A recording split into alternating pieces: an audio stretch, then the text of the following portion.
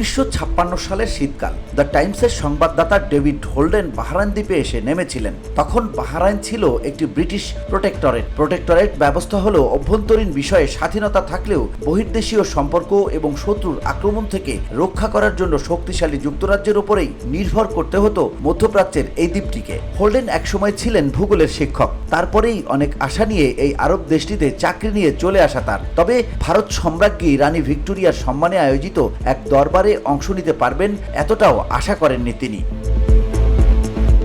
উপসাগরীয় অঞ্চলে যেখানেই গেছেন তিনি, সে দুবাই হোক বা আবুধাবি অথবা ওমান, সব জায়গাতেই ব্রিটিশ ভারতের ছাপ খুঁজে পেয়েছেন ডেভিড হোল্ডেন। তিনি লিখেছিলেন, ব্রিটিশ রাজ এখানে কিছুটা আধুভৌতিক দোলাচলের একটা পরিবেশ তৈরি করে রেখেছে। এমন একটা পরিবেশ যেখানে অসঙ্গতিও যেমন আছে তেমনই রয়েছে ফেলে আসা সময়কে ধরে রাখার একটা প্রচেষ্টা। সার্ভেন্টদের এখানে বেয়ারা বলা হয়, লন্ড্রিম্যানদের ডাকা হয় ধোবি বলে, আর ওয়াচম্যানরা হলেন চৌকিদার। ব্রিটিশ ভারতের প্রাচীন প্রথা মেনে রোববারগুলোয় দুপুরের ভোজে অতিথিদের সামনে হাজির করা হয় পাহাড় প্রমাণ ভারতীয় কারি, লিখেছিলেন হোল্ডেন। ওমানের সুলতান পড়াশোনা করেছেন ভারতের রাজস্থানে। তিনি আরবিতে যতটা না স্বচ্ছন্দ, তার থেকে উর্দু অনেক ভালো বলতে পারতেন। তার সৈন্যরা আসতেন কুয়াইতি প্রদেশ থেকে, যে অঞ্চল এখন পূর্ব ইয়েমেন। তাদের স্বাদ ছিল অধুনালুপ্ত হায়দ্রাবাদের সেনাবাহিনীর মতো।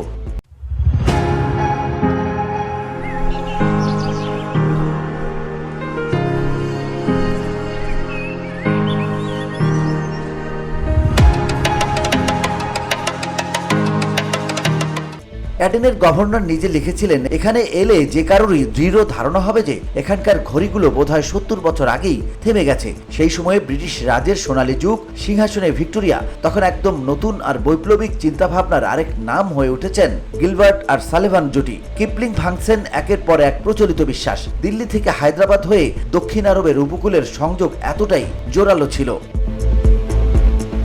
এখন হয়তো অনেকেই ভুলে গেছেন যে বিংশ শতাব্দীর গোড়ার দিকে আরব উপদ্বীপের এক তৃতীয়াংশই ব্রিটিশ ভারত সাম্রাজ্যের শাসনাধীন ছিল। অ্যাডেন থেকে কুয়েত পর্যন্ত ছিল একের পর এক প্রোটেক্টরেট। সবগুলোই ছিল দিল্লির শাসনাধীন।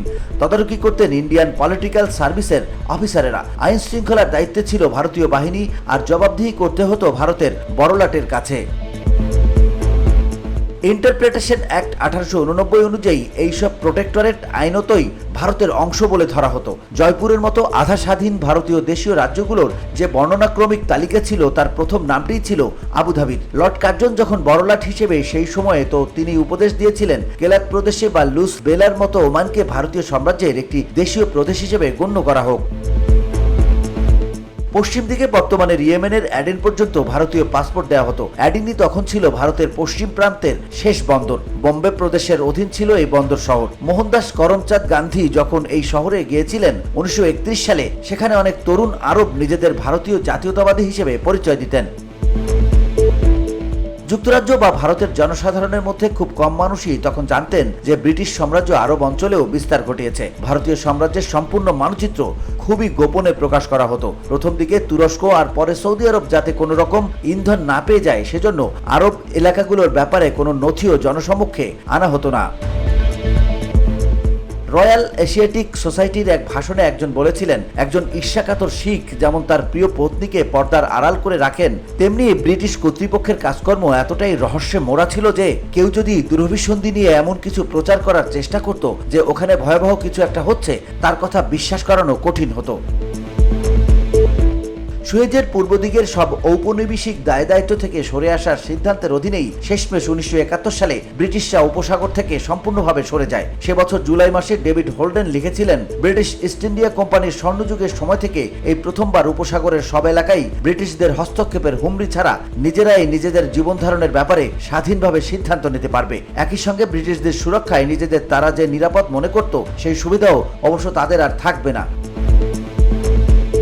ব্রিটিশ রাজের শেষ অবশিষ্ট যা ছিল, বেশ কিছু বছর ধরেই এটা অবসম্ভাবীই ছিল। যদিও কোনো দিক থেকে দেখতে গেলে মনোমুগ্ধকর ফেলে আসা সময়কে ধরে রাখার একটা প্রচেষ্টা, তবে এখন সত্যিই শেষ। VOD Bangla news desk.